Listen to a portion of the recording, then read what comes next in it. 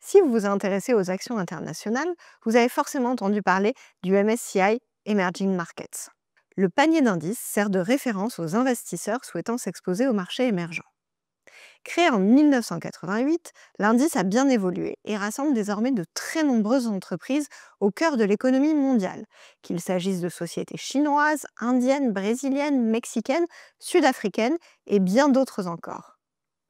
Parmi les 1400 entreprises les plus emblématiques issues des marchés émergents, citons le taïwanais TSMC, numéro 1 mondial de la fabrication des semi-conducteurs, les géants chinois Alibaba pour le commerce en ligne ou Tencent pour les services Internet, le groupe d'informatique indien Infosys ou encore le conglomérat coréen Samsung.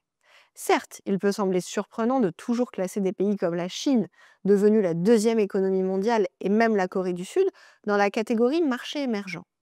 Mais le niveau du PIB et le développement du niveau de vie observé dans ces pays ne font pas tout.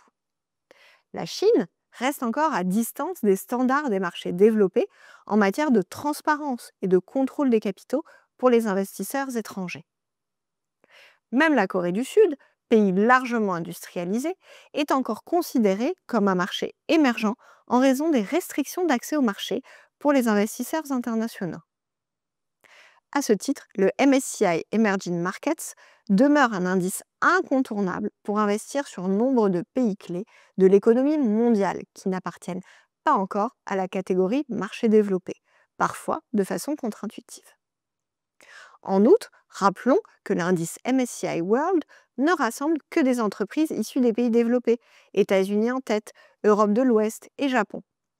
Pour les investisseurs désireux de s'exposer à la fois aux entreprises des marchés développés et des marchés émergents, il existe toutefois l'indice MSCI All Country World, rassemblant plus de 3000 entreprises appartenant aux deux grandes catégories.